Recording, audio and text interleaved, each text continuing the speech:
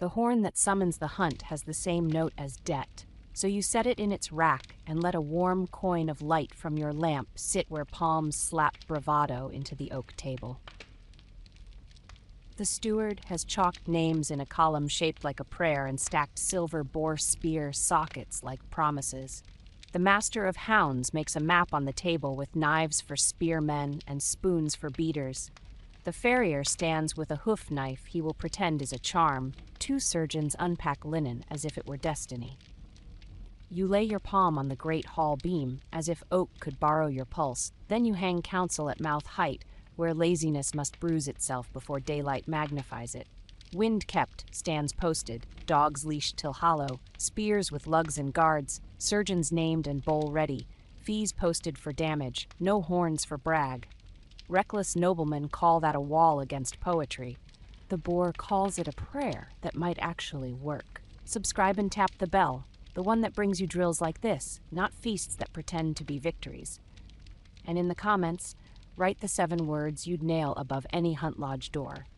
Wind kept, stands posted, dogs leashed, no brag. I'll pin the lines with wrists in them and carry them to the boar's wallow when we grid the thicket. You begin with wind because boars read it as scripture. The master of hunts points to the alder belt where a stream slows into thought, to the oak roots that turn soil into stories, to the briar that wears tusk gouges like medals. He beds here, he says, and draws a box around 50 paces of bad manners. You draw another box, wider, cleaner, and tack slips to trees at mouth height so men have to touch sense. No crosswind, stand here, do not wander. Reckless noblemen hate being told where to be boring. They love having someone else to blame later. You give them both, boar spear, not lance, lugs, not luck. The armorer lines spearheads along a trestle like glittering gilt while you pin a card to his bench, lugs fitted and pinned, shaft checked, guards tied. Lugs, the lateral projection either side of the blade, are not decoration. They are the sentence that keeps a boar from climbing the handle into your heart. The reckless lord's nephew, 17, perfect, ignorant, tries to admire a spear without lugs because it looks sleeker. You lift his wrist until it bruises the card, then take him to the pig carcass in the yard and show him how a spear without lugs slides into meat and keeps going. He vomits. Good. The boar would have written the same lesson in him. Dogs are not courage, they are tools. The packmaster lists names like verbs: find, hold, turn, hang, then names the right collars: heavy for catch dogs, light for runners. You hang a card on the kennel door at mouth height where everyone who feeds romance to animals must bump it. Dogs leashed till hollow, catch dogs muzzled until turned, runners not heroes. A reckless noble will let dogs off the leash because silence seems like cowardice. A sober crew lets them smell the story until the last man is on his stand. Boars kill poets first. You insist on boredom. Stands are geometry, not pride. You stake willow wands at the places where a sounder funnels, game paths you learned in winter by counting droppings and scratching tusk height into bark. You tack a slip to each wand where your wrist will feel it before your mouth forgets it. Spears forward, feet planted, weight till shoulder. A boar's shoulder is a living wedge of wood. You tell the stands to trust it. No ribs, you say. No face, you say. The boar's face dismantles titles into meat. Ribs waste spears. Shoulders are doors you can lock if you remember to respect hinges. Surgeons are not feasts. They are the other half of honesty. You place a tub of hot water under the elm because waiting is cheaper than prayers. You set bowls and linen where men's eyes will find them when their mouths are useless. You hang a card off the tub's rim that injures pride on purpose, surgeons named, bowl ready, no hunt without them. Reckless noblemen hug danger like a stipend. Sober crews hire bandages before hounds. The barber surgeon raises an eyebrow at your clarity and adds a line you do not protest. Farrier chained, shoes checked. Horses that grab ground with iron because the ground is a letter they can read will not put you under tusk purely by vanity. The boar is a merchant of pauses. He lets beaters scratch the silk of briar. He lets you admire the thickness of his wallow until your breath becomes a sermon he has heard before. He steps, never rises, and draws his small world with his tusks. You teach men to listen for what isn't. When thrushes stop, when rabbits sit instead of run, when dogs quit bragging and begin thinking. Reckless noblemen point horns at silence. You hang no horns for brag from a hazel branch and make the nephew touch it with his lip. He glares. He will live. Fees posted for damage. A boar hunt costs garden walls, barley shocks, and the odd child's doll left at the edge of the rye. You nail a rate board to the hunting gate where wrists must bruise it before hooves visit turnips. Wall, 1 mark. Barley shock, 2 groats. Lamb by tally. Orchard rung, 1 groat per rung. Reckless noblemen call this vulgar. Sober crews call it economy. Peasants call it finally. When the herd sweeps a corner of peas into a story, the steward pays from the leather bag nobody wanted to admit was necessary. The dogs wish to argue. The rate board wins. The hall grows loud because titles love foreplay. The huntsman audits spear lugs. The falconer, irrelevant today, preens anyway. The cook sets out a tray of black bread as if it were victory. 2 clowns who always leave before work begins recite a ballad about Charlemagne, and a boar that ends with the clever line, green turns red. You put horn on the table and read your slips aloud again, because repetition is what keeps boys from meeting tusks too early. Wind kept, stands posted, dogs leashed till hollow, spears with lugs and guards, surgeons named and bowl ready, fees posted for damage, no horns for brag. Reckless noblemen hate learning, boors enjoy teaching. You prefer your students alive. A peasant's wife, braver than all your collars, enters the hall with a small child and a complaint strapped around her waist, like honesty. My husband is set as beater, she says, and your lord will not pay when the wall falls. You point to the rate board. She reads, then stares with that farmer's look that says, words are cheap. You add a clause to the bottom of the board in charcoal because you don't steal bread. Beaters paid first. The steward sighs. The lord's brother rolls his eyes. The barber surgeon nods, because this is what keeps knives from visiting barns tonight. Mid-hall, while horn coins the table and your cards bruise wrists, write in the comments the 7 words you would nail to any hunt map that might outlive a second cup. Wind kept, stands posted, dogs leashed, no brag. I'll pin the ones that smell like survival and carry them to the Alderbelt. Dawn doesn't so much begin as remove excuses. Men mount, boys swallow. The master of hunts rattles a ladder sideways across 2 forked stakes to rehearse someone's future bridge. The pack circles like a story that wants to begin with drums but learn to prefer quiet. You walk the line and bruise every wrist that forgot itself against a card. The surgeon tests water with his knuckle. The farrier checks pins. The steward ties the coin bag to his own belt, because you pinned his responsibility where pride can find it. The lord's nephew, now an apprentice to sense, touches the lugs on his spear and looks smaller in the correct way. Brush strokes, thrush coughs, runners give throat but not glory. The boar, bored of admiring the scent of his own bed, leaves on his short legs the way kings leave on trumpets, without hurry. Standers see him at the moment called generosity, when a monster offers his shoulder to the world like a door that can be locked by a man who remembers hinges. A reckless noble would lean. You taught this one to set and let the boar meet work. The spear does not slide because lugs remember their job. The boar tries to climb anger and meets very specifically wood. The runner hounds hang on the flanks.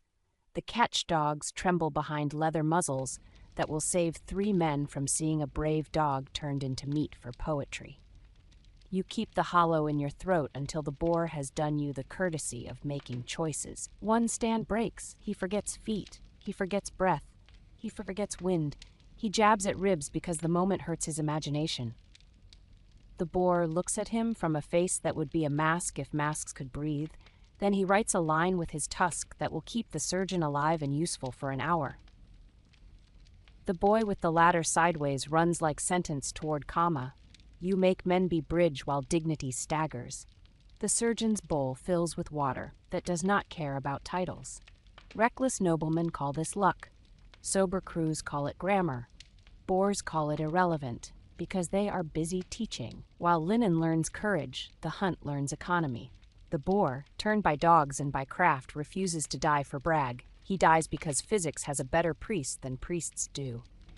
Tusks stop at lugs. Heart stops behind shield bone. Dogs are lifted or they drown in loyalty. You halt horns before they turn into a harvest. One long, you say for the death. None short, you say for gossip. The cook in the hall begins to boil water because soup outruns a poem about triumph every time. But the cost is never only meat and songs. The steward pulls coins for the torn wall and the cropped peas. The beater who carried comma across the ditch gets paid his groats with the same iron tone that paid a lamb last month for greed's accident.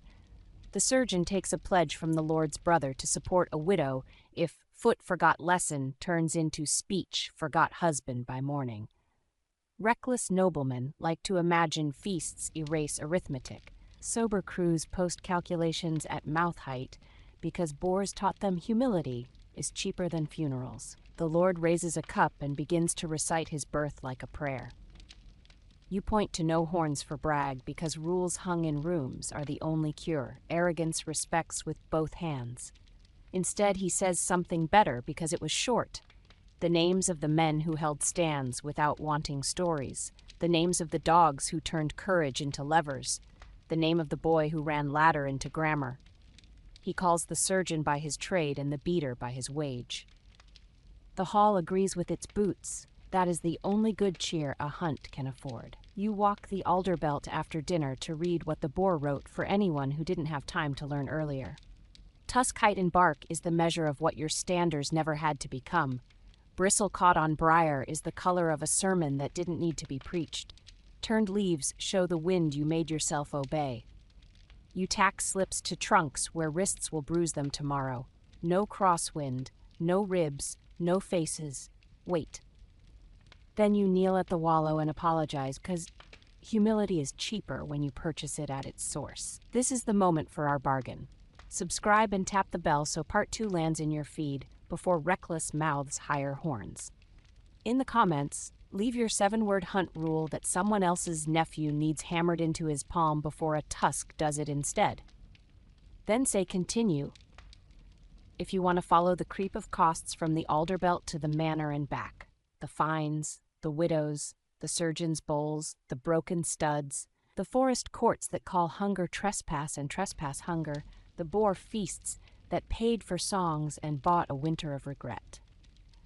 I'll bring horn, chalk, ribbon, tin, vinegar, a basket of cards, and the habit that keeps lords alive, posted sentences at mouth height, repeated until wrists remember them before drums remember their lines. The morning after teaches the grammar of tusk in ledgers, not in songs, so you set the horn lamp on the steward's counting board until a warm coin of light lands where yesterday's courage thinks it can buy amnesia. His tally sticks lie in pairs like married ribs. A purse sits under his palm as if silver were a poultice.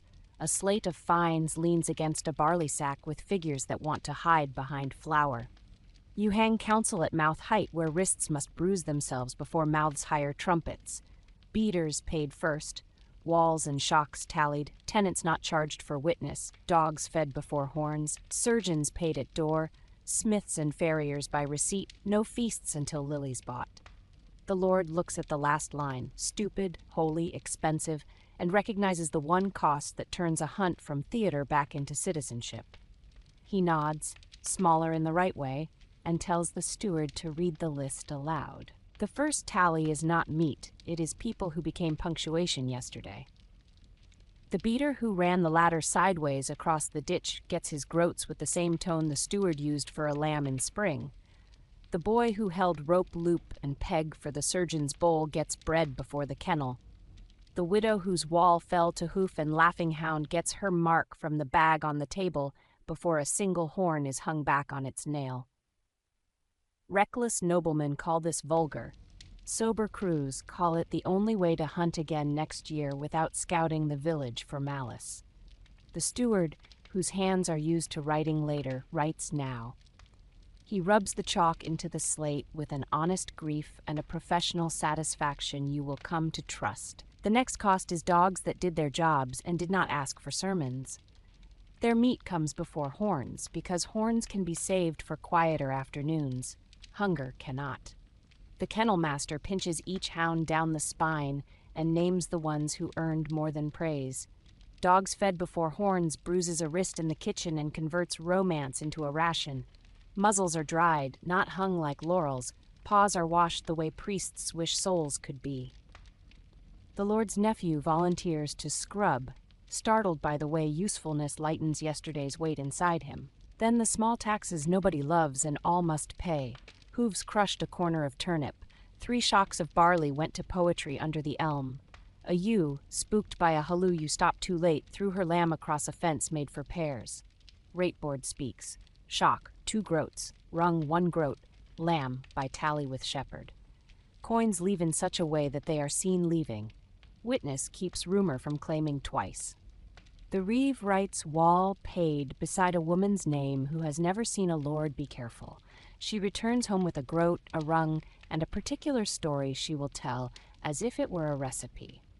That is the first hymn worth singing. Steel splits in places poetry pretends are immortal. A smith sets broken studs on the trestle, 3 from reckless pride, 1 from honest strain. He produces receipts because your lamp embarrassed him into bookkeeping last winter. Smiths and farriers by receipt hangs behind his ear like a second conscience. He receives coin and a measure of oats for the farrier's mare because you posted that too, where wrists could not forget. The steward writes authorized beside the line. He likes that word. It keeps cousins away from drawers. The surgeon's bowls do not eat from praise. Linen stained like theology goes to the boiling copper. Ash, lime, and vinegar that kept 3 mouths alive become items on a slate instead of part of a ballad. Surgeon's paid at door chafes the Lord's brother until he remembers that many men never had that door to knock on. The barber counts his stitches in coins without envy and eats standing up. He likes that hunts are beginning to feel like carpentry rather than theater. He will talk less next winter and become a hero more often. Then the costs that live in the forest court, where boars do not open their own mouths to plead. A peasant cut a green oak for a spear shaft after the first boar turned. The forester says trespass, and the peasant says bread, and both are right. Tenants not charged for witness keeps a poor man from paying twice for your noise, once in the wood and once at the hall. The Lord frowns, then signs, then discovers respect grows faster than acorns in a parish where witnesses are thanked, not tallied. The forester learns to enjoy being paid for lairs torn and brash burned, instead of fees harvested from fear. Your card, pinned 2 months ago at mouth height on the greenway, did this. Cards beat trumpets. Hazel staves cracked under men who thought feet were punctuation, not foundation. A bowyer brings a bundle and a bill. He charges half for guards fashioned quickly and full for lugs shaped stubbornly. He likes that you posted spears with lugs and guards where wrists had to bruise it before anyone took a blade that wanted to be a lance. He speaks your language back to you. Shoulders are hinges, ribs are waist, faces are only for knowing when to be smaller. He takes coin from the wronged and from the wrong. The wrong do not dare argue, because the boar taught them economy yesterday. In the chapel, the sexton draws a chalk line where lilies will stand when a man who forgot his feet forgets the future.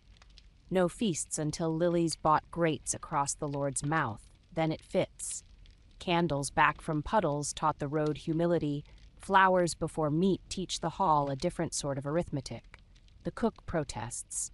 Then he smiles because he has always known soup is the right shape of gratitude. He lower his pot into the copper, as if lowering his voice into the correct key.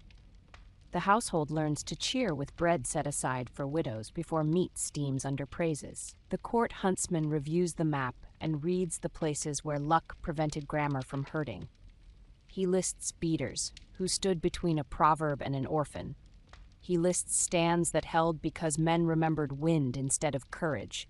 He lists dogs that turned rather than drowned in loyalty. He marks a new run where flint under leaf wrote a lesson in the horse's ankles. He chalks no crosswind in 3 places elders will forget. He asks to charge the Lord's brother for 3 herbs, the surgeon used that were not on the baron's purse last season. The steward writes added and stares at his own audacity, as if it were a friend who arrived late and forgiven. The kennel ledger reveals the cost nobody keeps in poems. Dogs that earned meat now cost oats and patience tomorrow. Pups that will earn nothing today will need hands tonight.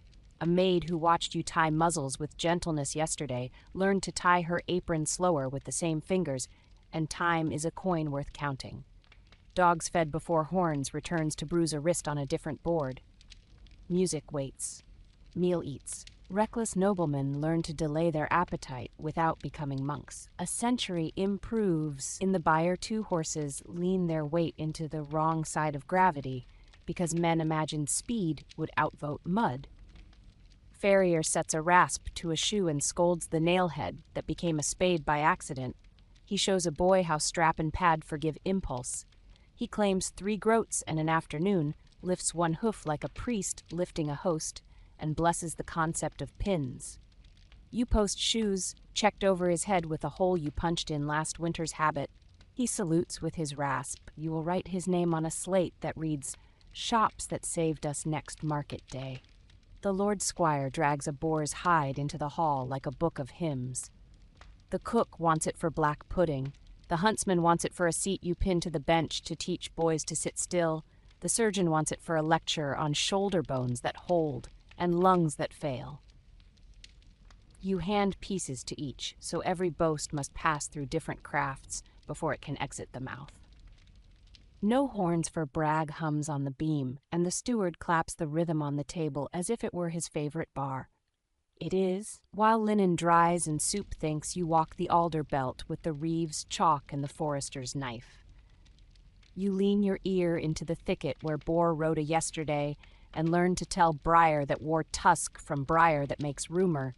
You carve weight into a trunk at the stand that almost harmed you. You write no ribs on the birch that saw a spear wasted by panic. A child who followed for stealing compliments asks why you keep writing the same instructions. You tell him repetition is cheaper than funerals. He repeats it aloud until he likes the taste. Mid-counting board. Now you, yes you, put into the comments the 7 words you would nail across a steward's slate before money pretends to be praise. Beaters paid first. Lilies bought. No feasts yet. I'll pin the plainest one and carry it to the next hall, whose trumpet thinks it can sing louder than a widow. Claims arrive that sound like poems, bills like confessions, and 1 petition like a future. A tenant whose wall was broken, paid already, asks to work off a portion by cutting brash on the south ride. The steward frowns at the barter, the lord nods at the usefulness. The forester writes his name on the slate under Lairs torn. You tack bad miles named onto the ride's board because roads and woods share an alphabet. The tenant returns to his wall with tired shoulders and a coin that feels less like pity and more like rent paid in the right direction. He tells his child how to hold ladder joints as if repeating a psalm. That is the correct religion. Then the bill from the friary for candles used in last night's bowl service. Small, fair, irritating. The prior pins his reasons recorded to the door and enjoys his own reformation. The Lord pays without sneering. The surgeon thanks a God he could reach without writing. You remember to be grateful for an era where monks learned to love receipts because roads insisted. Gratitude is a number, not a story. There is, inevitably, a cousin who arrives with a poem about destiny and a request for a feast that weighs twice what the steward's bag can refuse politely. You place the horn lamp between his verse and the purse and point to no feasts until Lily's bought. He calls you small. You call him tomorrow. The household hears the hinge move from flattery to adulthood and interests itself in soup. A nephew unties his scarf to carry Lily's later without being told. He is rehearsing the habit you pinned to the beam 2 hours ago. By afternoon, the cook lays slices of boar with modest onions and barley. Men do not clap. They lift bowls, not horns. They learn that celebration tastes better when it follows receipts instead of the other way round. The Lord, who has been practicing being smaller, speaks the names of people who made his boast unnecessary. Beater, boy, surgeon, forester, steward, dog. He leaves his own name out. Nobody misses it. The hall feels modern. Before dusk, you stand under the same beam where you hung your first ugly sentence and count what boars cost when nobility refused to be careful.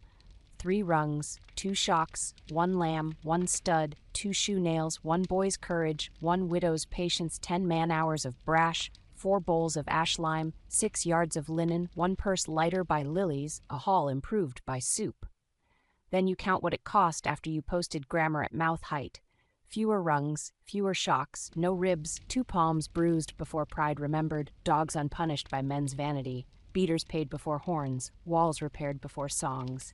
You thump the wood. It answers like a friend. This is where I ask you to keep this habit moving. Subscribe and tap the bell so part 3 lands before the next Lord's nephew decides bravery is a substitute for wrists. In the comments, leave your 7-word hunt ledger rule in the plain voice a steward can obey even when the trumpet warms up. Beaters paid first, lilies bought, no feasts. And say continue if you want to follow the costs into the forest court, where fines pretend to be righteousness, into the kennel, where meat pretends to be loyalty, into the village, where rumors pretend to be rent, and back to the alder belt, where boars teach with their shoulder bones because people prefer not to. I'll bring horn, chalk, ribbon, tin, vinegar, a basket of cards, and the habit that kept your hunters alive in part 1, public sentences at mouth height, repeated until wrists remember them before drums remember their lines. The forest court sits beneath a skin of leaves that pretends to be a roof, so you set the horn lamp on the bailiff's stump until a warm coin of light lands where fines try to disguise appetite. The verderers have hung their badges on a branch as if authority were a fruit. A clerk balances a skin of ink on his knee and sharpens the quill with a knife that remembers boar hide.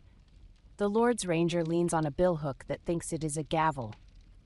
You hang counsel at mouth height on the hazel pole where wrists must bruise before mouths appoint blame. Trespass named, lairs torn, brash burned, pits filled, witness heard without fee, tenants not charged for watching, surgeons and smiths paid by receipt, no horns for brag.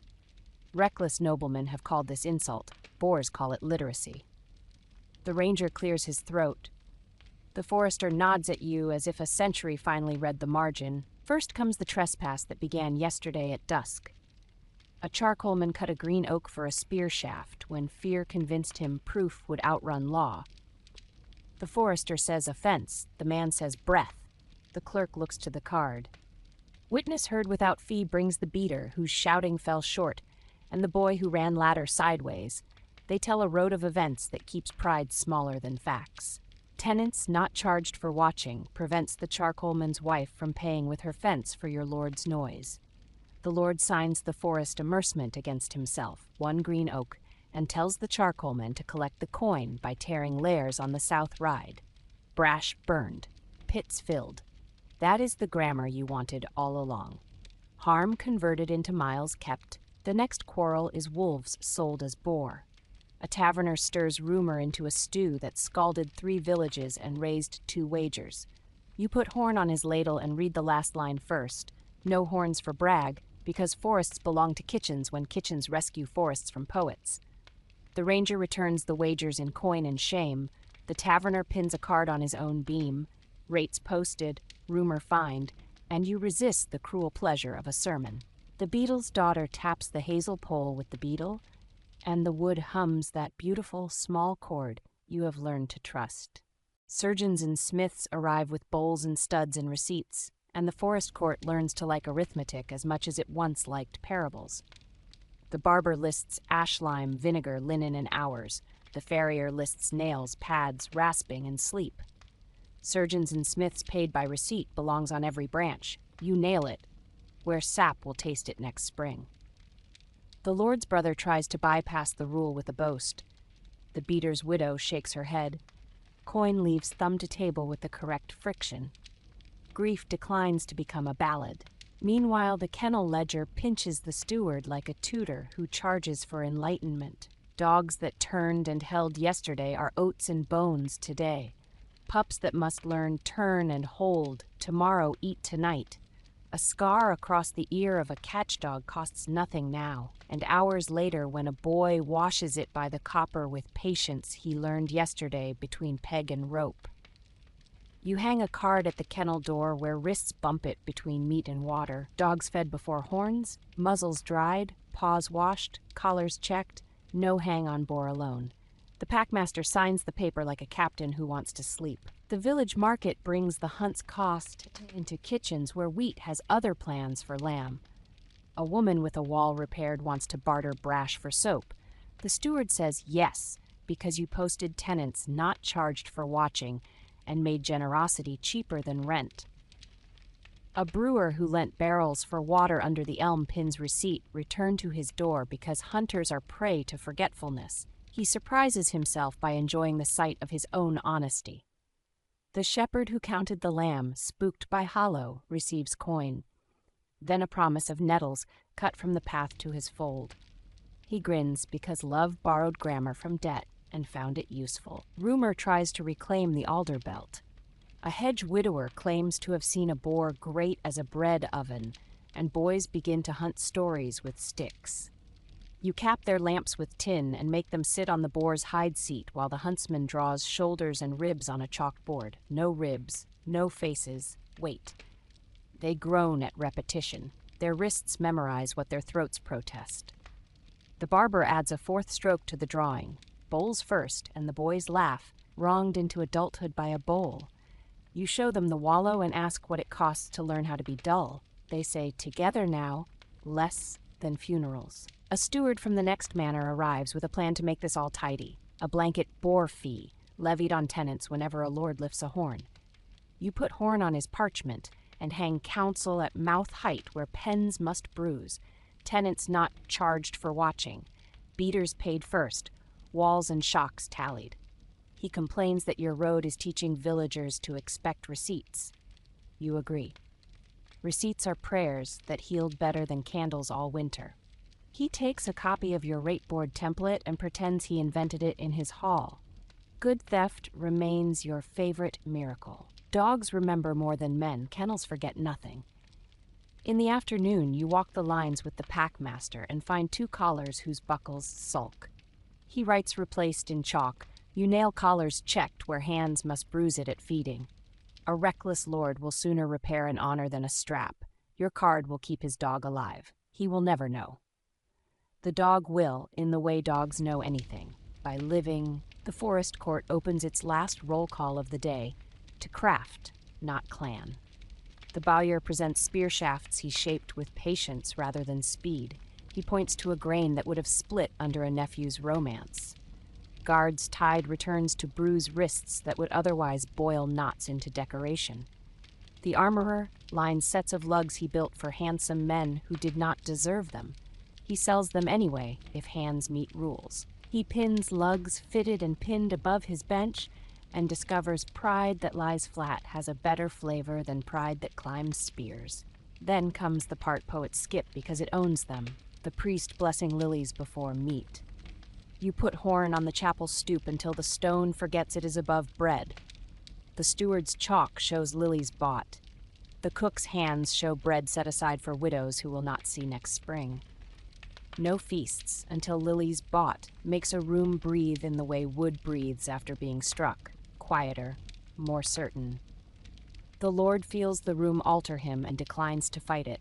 That refusal will keep his nephew useful. At dusk you gather the men who fought themselves yesterday and those who will fight themselves tomorrow. You thump the beater's ladder seat with the beetle until wood speaks. You make the surgeon show 2 herbs he used and pin their names on the elm. You have the farrier show a shoe that lost a stud in arrogance and the rasp track that returned it to sense. You hold up the brash fork and make the forester call lair and counterfeit. You drop the boar's hide on the earth and let the boys touch the part of the shoulder that let them live. Then you walk them under the beam and make them read your little cards again aloud as if there were no horns in the world. Wind kept, stands posted, dogs leashed till hallow, spears with lugs and guards, surgeons named and bowl ready, fees posted for damage, no horns for brag. Each sentence is a bruise. Relief tastes like oak. This is where you pretend you need my permission to keep doing this. You don't, but I'm still going to ask for it, because channels are scaffolds for the next repair. Subscribe and tap the bell so part 4 lands before your cousin writes a ballad that costs you a fence. In the comments, leave the 7 words you would force any forest court to read before it lifts its quill. Witness heard, tenants free, beaters paid, lilies bought. Then say continue if you want to walk the kennel at breeding time, the armorer's bench when a duke tries to make lances fashionable again, the village when fines pretend to be rent, and the alder belt next winter when boars begin again with the same sentence and you answer with the same verbs. I'll bring horn, chalk, ribbon, vinegar, a basket of cards, and the habit that cost reckless noblemen less than funerals. Public sentences at mouth height, repeated until wrists remember them, before drums remember their lines. The kennel yard is where bravery grows teeth you can count, so you set the horn lamp on the gatepost until a warm coin of light lands, where hands reach for collars with more pride than sense. The packmaster has laid out slips like psalms, find, turn, hang, hold, and chalked a second list the court forgot to fund. Oats, bones, ash, vinegar, hours. 2 bitches smell of milk and argument. 4 young dogs heel like sentences that want to become laws. The old catch dog with the torn ear stares at you as if grammar were a voice he already knows. You hang counsel at mouth height where wrists must bruise before mouths recruit romance. Dogs fed before horns, collars checked, muzzles dried, paws washed, lines repaired. No hang on boar alone. Apprentices matched, dog to job, not to story. The lord's nephew, still smaller in the right way, reads each line aloud to the bitches as if teaching them to be priests. They approve the only way dogs approve. By living, breeding has a cost poems never paid. Baiting bulls filled the catch dog's jaw with lies. Yesterday's shoulder bone carved a sermon into his ear, and today the idea of more whispers from every pen. You walk the packmaster through selection like a ledger, breadth of chest for pushing, not dragging, lowness of hock for staying, not leaping, head for turning, not bragging, mouth that can let go when linen speaks. He nods, then proves he has been secretly decent all along by pairing the eager lad with a runner who will not forgive him quickly. Apprentices matched, dog to job, not to story bruises his pride and saves his months. You carry horn to the armorer's bench because some duke 3 counties away has discovered lances again, and fashion is a tusk you cannot lance. The armorer has lugs piled like good decisions and lance heads glinting like cargo. You set the lamp on the trestle so light coins the line you pinned last week, spears with lugs and guards, and add a stubborn cousin, lances for boar, no. He starts to protest with days of tournament and pages of heralds. You point at yesterday's shoulder and the scar in the catch dog's ear and the surgeon's bowl that kept a boy in the hall another year. He grinds the lance heads into plow reinforcers, humming the tune that bought him his last winter's sleep. He will sell lances to visiting dukes only after he sells them the card. The village learns to price rumor like any other thief. A miller's lad, practicing courage without permission, waved a horn in the rye. The field has the footprint of stupidity. The rumor has a hoofprint of nostalgia. You nail fees posted for damage to the granary door where wrists must bruise it before mouths tell Charlemagne's stories again. Shock, rung, lamb, stump. The steward pays for yesterday, the reeve writes paid for tomorrow. The lad learns to enjoy boredom because you teach him to cut brash on the south ride with the forester. Fines not rent, goes under the hazel of the forest court, so nobody can sneak hunger into punishment. Beat plowshares, not neighbors. The smith hammers studs back onto shoes the way he hammered pride back onto his own door when you nailed no studs filed above it. He opens a drawer labeled receipts without flinching. The farrier shows a pad worn honest instead of a hoof sharp and silly. The lord's brother watches, touched by envy for men allowed to improve in public. You give him a task that will save pride and pasture both. Brash burned, layers torn, his own handwriting under the slate at the south ride, where 10 nettle-saddened flights will pay for 1 burst of drum. The cook acquires a ledger you didn't know kitchens could enjoy. Under dogs fed before horns, she writes oats, bones, scald water, ash. Under stew, first she writes barley, onion, salt, nettle, thrift. She pins widows to feed at the slate's corner. The steward learns to keep lilies paid with the same wrist he uses for meat. No feasts until Lily's bot moves from chapel to scullery, as if sense had discovered fire. The hunt becomes a house that believes bills are hymns when read aloud. The alder belt begins writing the next season, while men think they are still reading the last. You walk with the forester and the reeve at shoulder height to the boar's house, mud polished by a shoulder that kept saying no, bark combed by the curve that never learned apology, leaves tracked like punctuation. You carve weight into 2 trunks and no ribs into a 3rd. You show the nephew where wind lives when Bragg forgets to. He listens with his hand on yesterday's slip and asks for a penknife to write his own reminder. You give him yours and keep the look on his face. Forest court resumes beneath the same roof of leaves you taught to feel like a room. The peasant who kept lairs, tears, now billhooks brash with that eager hatred kindness gives men when revenge is finally allowed to become work. Brash burned becomes a row of numbers on a slate. Pits filled becomes the dull music of men who learned mercy often smiles like a shovel. Tenants not charged for watching becomes the argument nobody bothers to make anymore. The ranger names a cousin who keeps selling holy knots near puddles. No sanctuary for bait bruises wrists, not just words. The prior, now fully domesticated by receipts, thanks you, inbred. The kennel's second ledger is the one your channel was born for. Time. The boy who ran ladder yesterday now spends an hour cleaning muzzles. He does it because you posted muzzles dried where wrists will bruise it after every hunt. The maid who washed paws for 1 dog now washes 6 because paws washed hangs above the copper. She does not ask for permission. The steward writes her name under paid without thinking. You hear a century improving when people consent to work whose payoff is quieter than a horn. Reckless noblemen never go extinct. They go hunting when you sneeze. The baron from over the ridge rides in with 4 lances and 2 horns on his belt like lies. He requires the boar, the dogs, the map, the beaters, and your compliance. You give him a bench, a card, a spear with lugs, and a kitchen that will only boil soup for men who buy lilies first. He calls you obstinate. You call him tomorrow. The bitches lick their pups and wait to see whether he can learn at mouth height. He discovers he can. The surgeon makes you do the uncomfortable work of inventory. He lays out linen squares used and saved. He counts ash lime by handfuls. He recites 2 herbs by name. A kitchen should plant because purchase was a sin yesterday and a pleasure today. You nail garden sewn for wounds to the scullery beam, and the cook hums the meter like gossip. The surgeon retires to a bowl of barley with onion without being asked to speechify.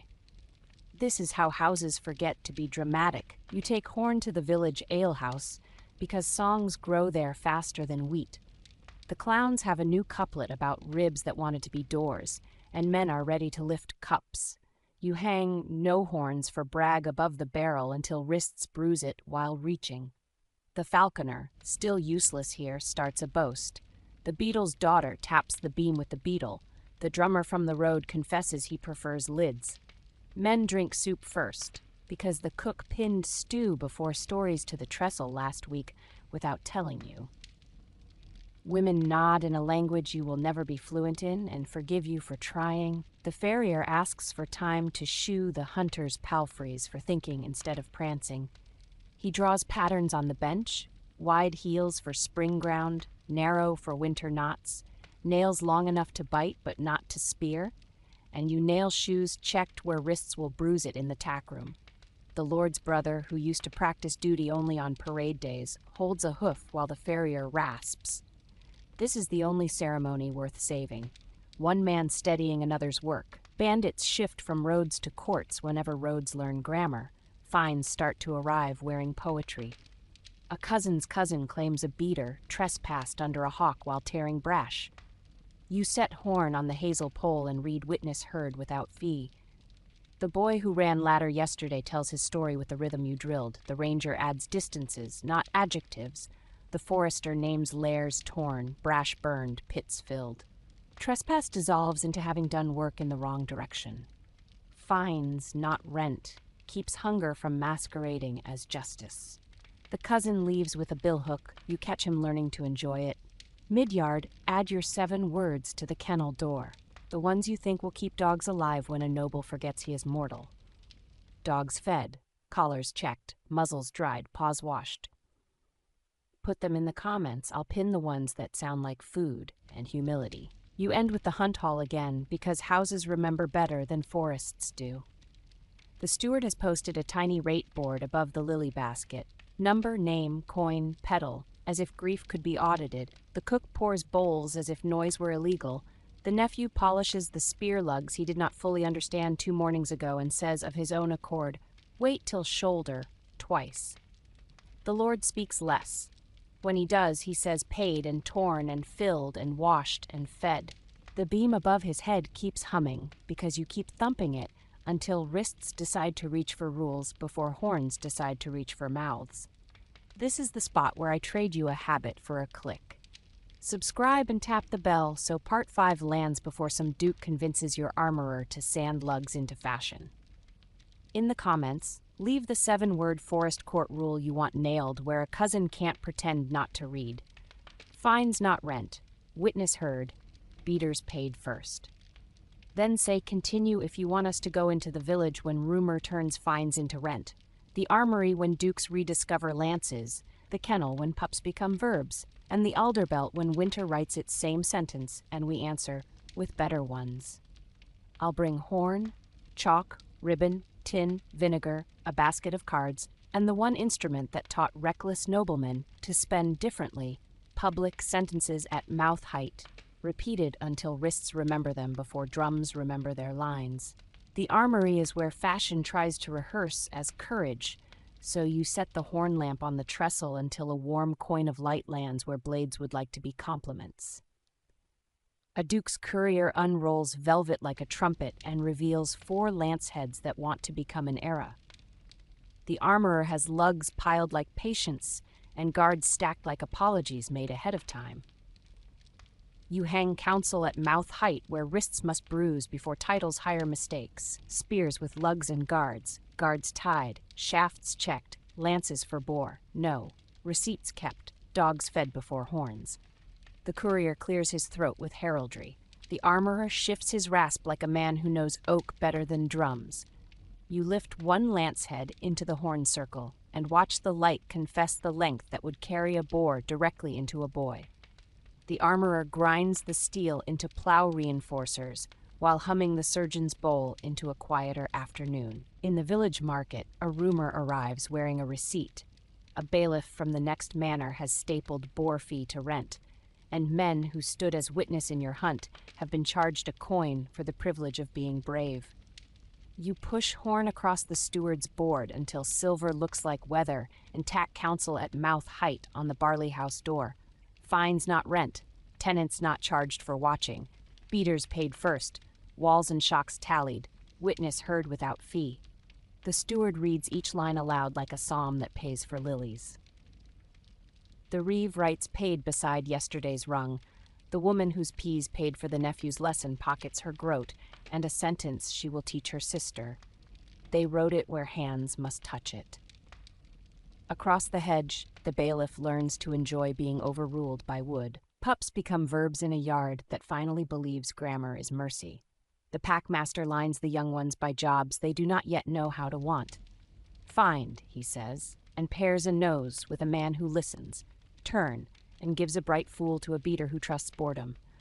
Hold, and matches stubborn with gentle. Hang, and chooses a jaw that will let go when linen speaks. You nail counsel to the kennel gate, where wrists must brush it between oat and bone. Apprentices matched, dog to job, not to story. Collars checked, muzzles dried, paws washed. The Lord's nephew, still smaller in the correct way, tries a lesson he didn't know he had saved. He dries muzzles with patience that looks suspiciously like courage. The catchdog with the torn ear accepts the new strap without complaint because the hand that buckles it learned to count to 60 by a surgeon's bowl. The huntsman takes you under the alder belt to rehearse winter with wood. A log dragged by 3 boys becomes a boar that refuses to admire itself. You hammer 2 hazel stakes into soil, tie the ladder sideways between them, and call it a bridge until their wrists believe it.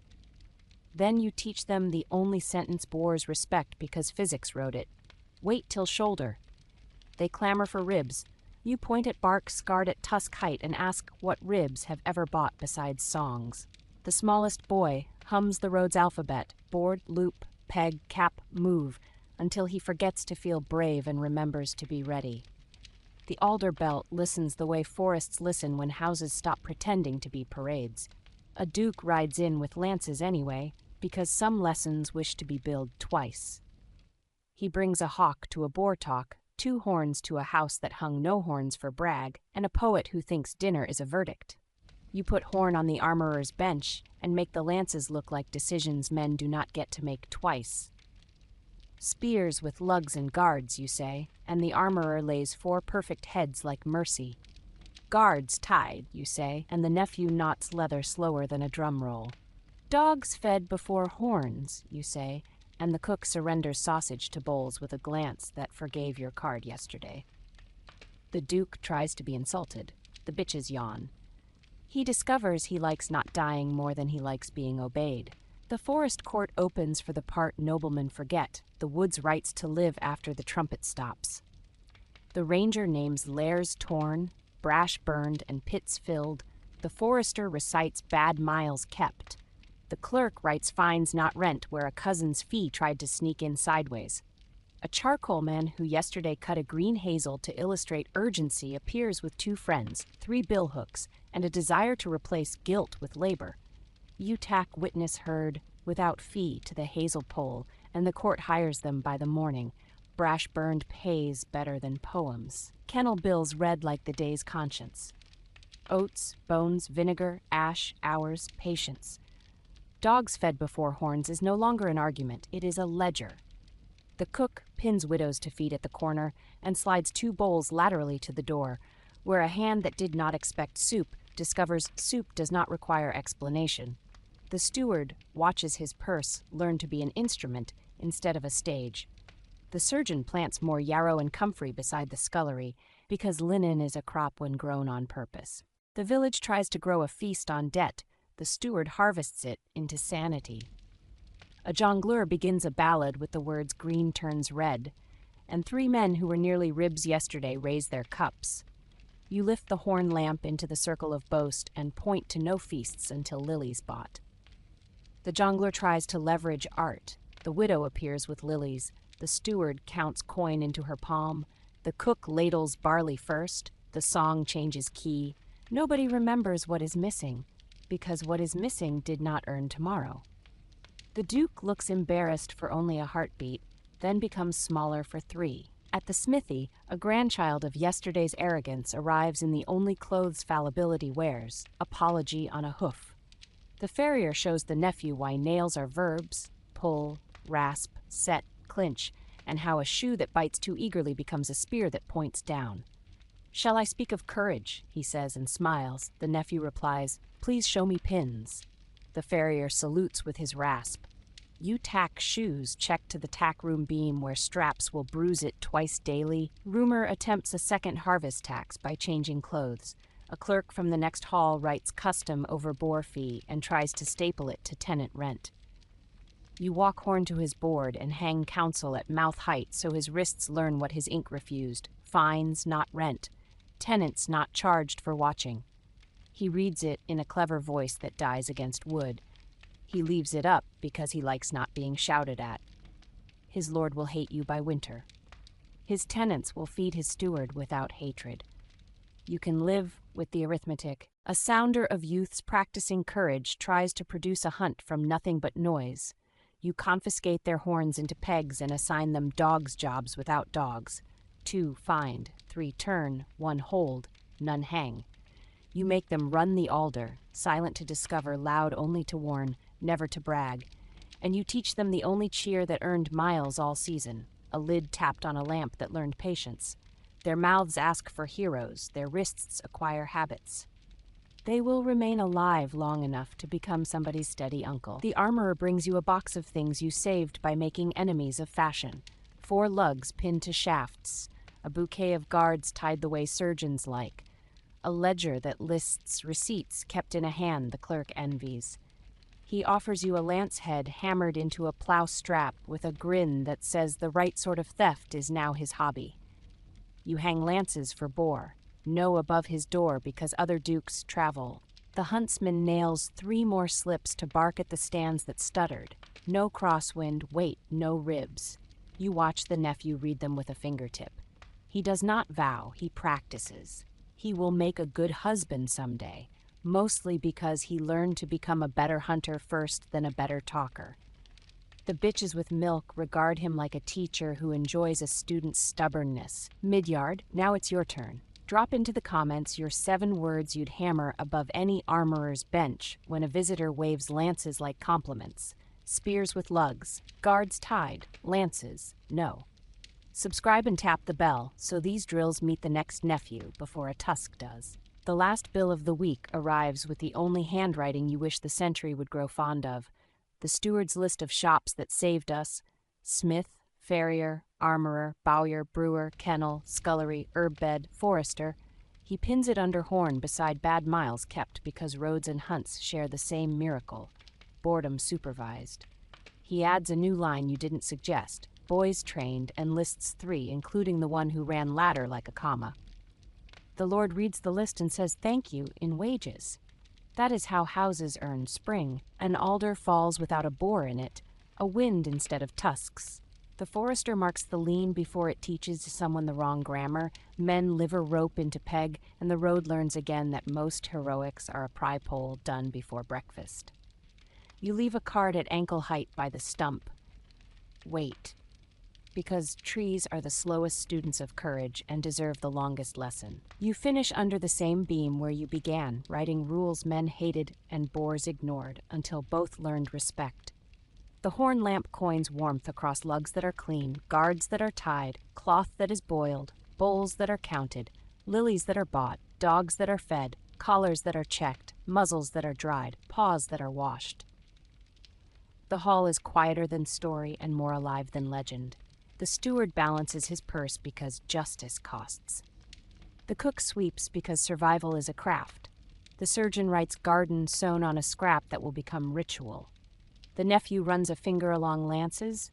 No, and does not roll his eyes. The bitches sleep. This is where we pause long enough to carry your courage to the next room. Subscribe and tap the bell so part 6 lands before some courier convinces your armorer that tournaments are forests. In the comments, leave the 7-word forest or kennel rule you want nailed, where a cousin cannot pretend to forget it. And say continue if you want to walk into the armorer when fashion returns, into the village when rumor invoices rent, into the alder belt when winter rehearses, and into the court when fines try to bleach hunger respectable. I'll bring horn, chalk, ribbon, tin, vinegar, a basket of cards, and the instrument that proved cheaper than funerals: public sentences at mouth height, repeated until wrists remember them before drums remember their lines. The winter rehearsal starts in the alder belt with the same pig log you've been dragging all autumn. So you set the horn lamp on the forked stakes until a warm coin of light lands, where hands reach for courage before they reach for sense. The forester points to 3 trees that learned tusk height in summer. The huntsman drives the ladder sideways between the stakes, so men bruise their wrists on wood before they offer their ribs to stories. And the steward reads the same 7 lines you hung when leaves were still insolent: wind kept, stands posted, dogs leashed till hollow, spears with lugs and guards, surgeons named and bowl ready, fees posted for damage, no horns for brag. On the 4th repetition, a boy who used to be a nephew and is now an apprentice says, "Wait till shoulder," without being asked. The alder belt approves with silence. Subscribe and tap the bell, the one that brings drills to your wrists, not trumpets to your mouth. And in the comments, give me the 7 words you'd nail above any winter stand. No crosswind, wait, no ribs, no brag. I'll pin the plainest line and carry it to the next hall that thinks a horn outruns cartilage. You walk the line the way a careful priest walks a nave, touching cards where hands will strike before they waver. No crosswind, you say, and make men taste their own breath with their knuckles. Wait, you say at a birch that remembers summer's mistake. No ribs, you say at a beech with a scar that belongs to a spear shaft instead of a boar. The huntsman moves 3 stands 1 pace uphill because last rain rewrote the grammar of slope. The boy repeats the alphabet you taught the road: board, loop, peg, cap, move, and you let him grin. That grin cost lilies in spring. It earns lilies now. The armorer brings a basket of humility, 4 guards tied, 6 lugs pinned, a ledger of receipts with the neatness of a man who learned to outlive fashion. He lays a lance head in the horn coin like a confession, and you read the sentence it still wants to say.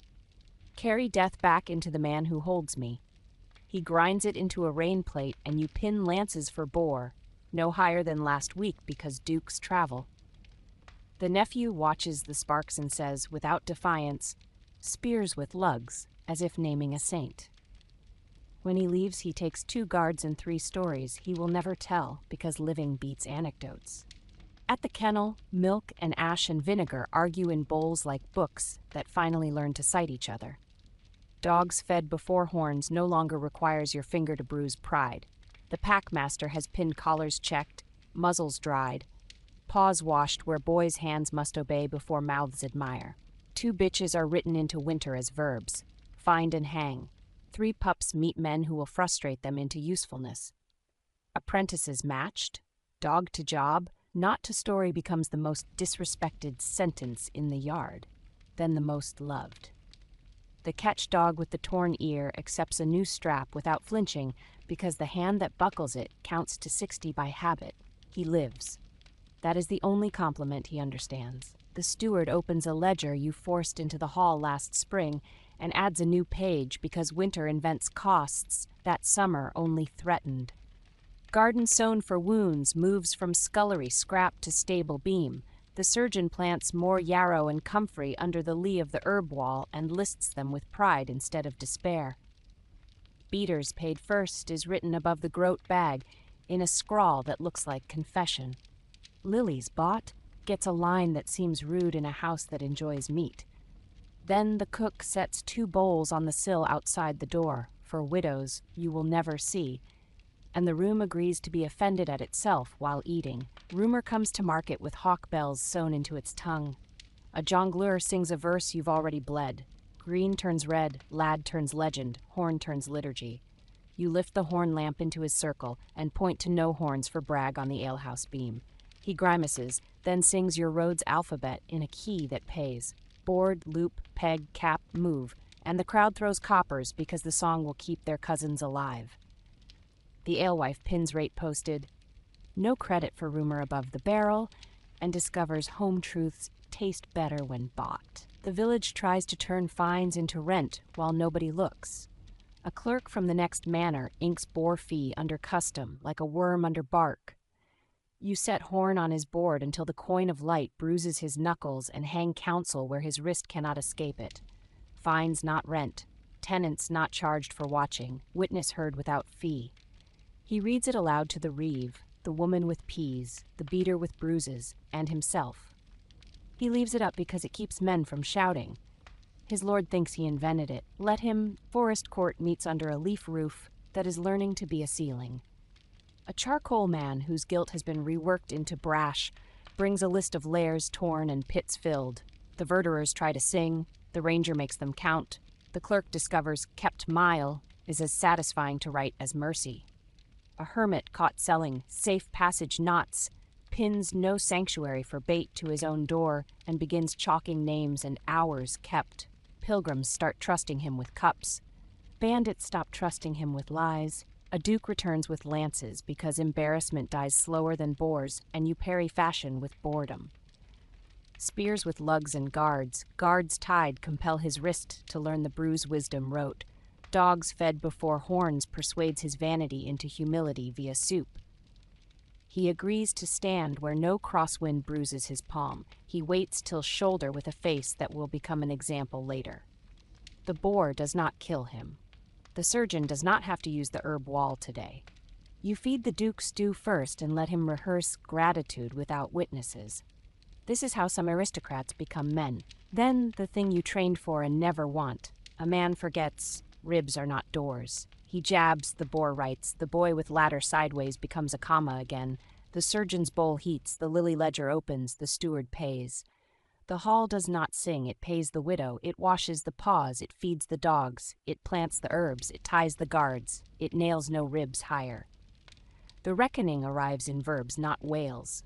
The child learns paid and fed and waited before he learns to repeat nonsense. Your channel exists for this minute. You take Horn to the armorer's bench and watch him list receipts kept beside iron he wishes to sell to people who want to admire themselves.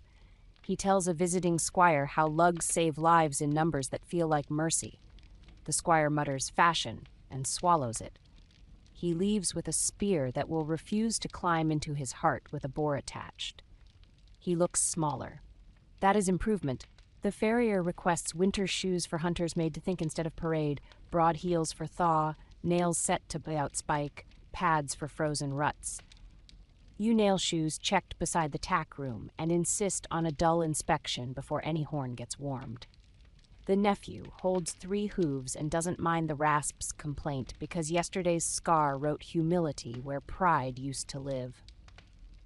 The farrier shakes his head at the right angles, becoming a habit, and wonders aloud if this is what civilization smells like. Iron, ash, vinegar, barley. The steward pins a new board beside shops that saved us with a headline no ballad ever loved, boys trained, and lists names with verbs beside them. Held, ran, washed, tied, fed, planted, paid, waited.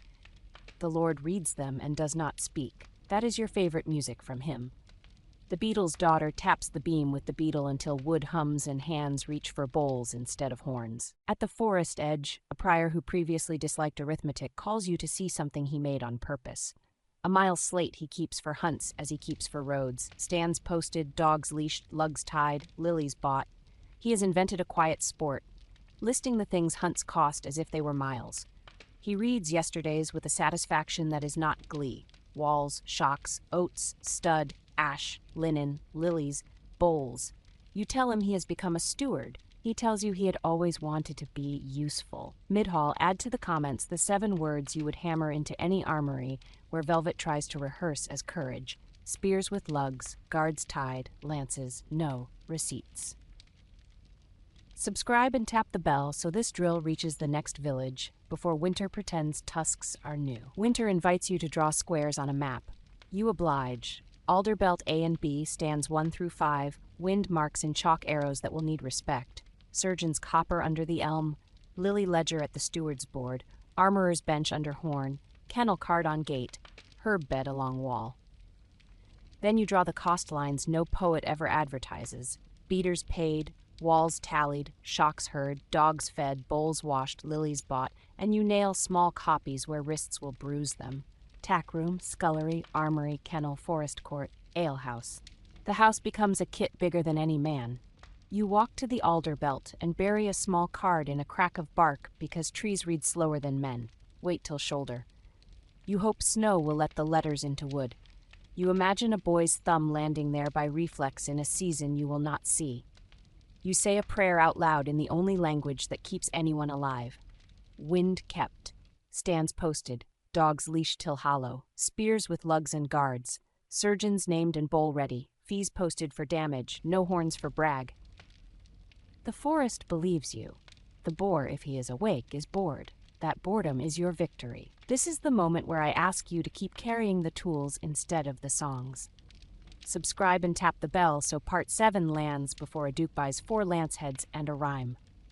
In the comments, leave the 7-word stand rule you'll actually nail chest high on a birch before your cousin forgets what ribs are for.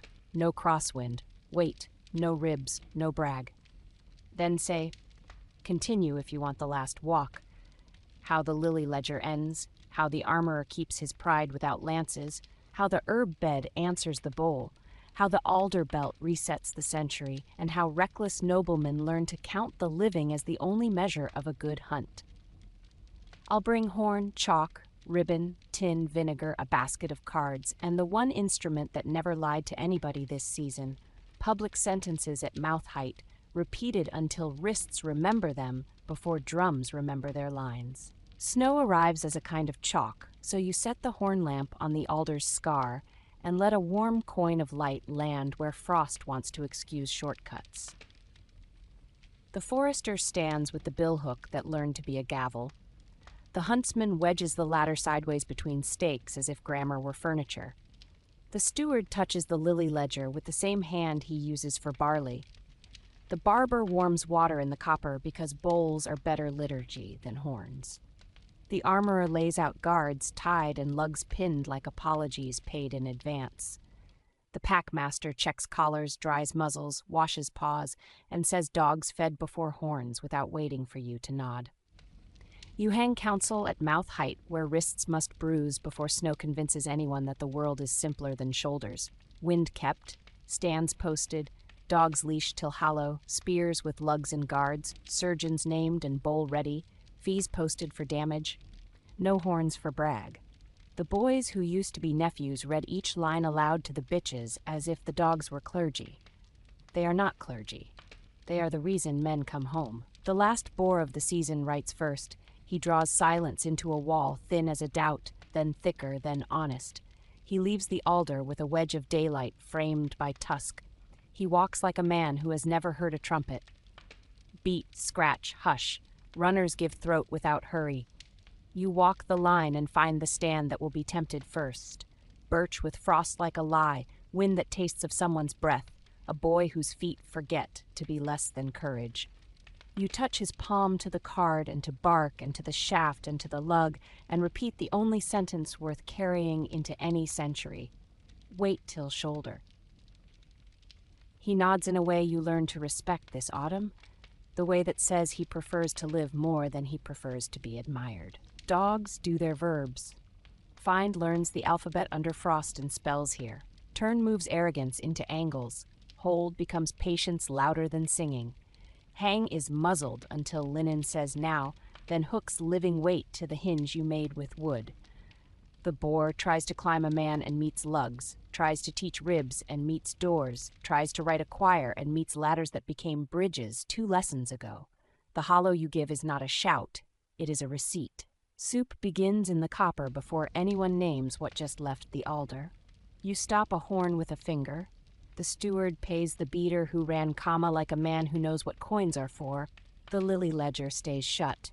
It will open again someday.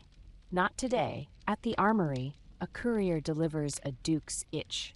4 lance heads glinting like debt. You set horn on the trestle and watch the light embarrass distance. Lances for boar. No hangs higher than yesterday, because winter travels. The armorer smiles with the exhaustion of a man who enjoys saying sensible things in installments. He ties guards with patience, pins lugs with care, and sells spears that will not betray shoulders. He grinds the lance heads into rein plates for plows and offers the scrap to the farrier, who says pins are better charity than memories. The Duke's messenger leaves with a card drilled for 2 tacks and a new verb, tie, twitching in his pocket like humility. The kennel makes a choir of chores, collars checked, muzzles dried, paws washed, bones counted, oats measured, vinegar warmed, ash kept. Apprentices matched, dog to job, not to story becomes a confession. Boys tell one another on purpose. The catch dog with the torn ear accepts a new strap. The runner with the honest lungs learns to love backing out on command. The bitches sleep because their work is victory's small grammar. You pin a copy of Dogs Fed Before Horns above the door and notice nobody rolls eyes anymore. This is what success sounds like, silence that remembers work. In the village alehouse, a jongleur tests a stanza that could bankrupt the winter if you let it. He tries the old couplet, green turning red, and 3 men smile the way hands do in rooms that used to admire noise. You lift the horn lamp into the circle and point at no horns for brag. He pivots because money loves roads that pay and sings your road's alphabet instead. Board, loop, pap, move, and mothers clap because their sons will see spring if they memorize this chorus. The alewife posts rate posted, no credit for rumor above the barrel. Beer tastes like survival when bought with receipts. The steward's slate grows an honest spine. Beaters paid first stays unerasable. Walls and shocks tallied gets numbers that will keep marriages easier than dice. Tenants not charged for watching survives a visit from a cousin with a pen. and survives because you hung the words where his wrist had to read them before his mouth could mispronounce them. Smiths and farriers by receipt means studs return to shoes and shoes return to earth quietly. Surgeons paid at door keeps bowls hot without bargaining with poems. No feasts until lilies bought looks rude and then looks correct. The lily basket remains full. May it stay boring. Forest court forgives itself by counting. Lairs torn 11. Brash burned 4 sledges. Pits filled 3 that should have cost ribs in spring. Bad miles named 2 that learn to be kept. The ranger no longer enjoys catching charcoalmen. He enjoys hiring them to build rope bridges where deer will not and where men will wish to without having to pray first. The forester pins fines not rent under hazel and discovers peace can be bought, but only with work. The hermit at the puddle sells pegs and keeps names. Pilgrims prefer receipts. The surgeon tends the only ledger that deserves candles, linen, and names.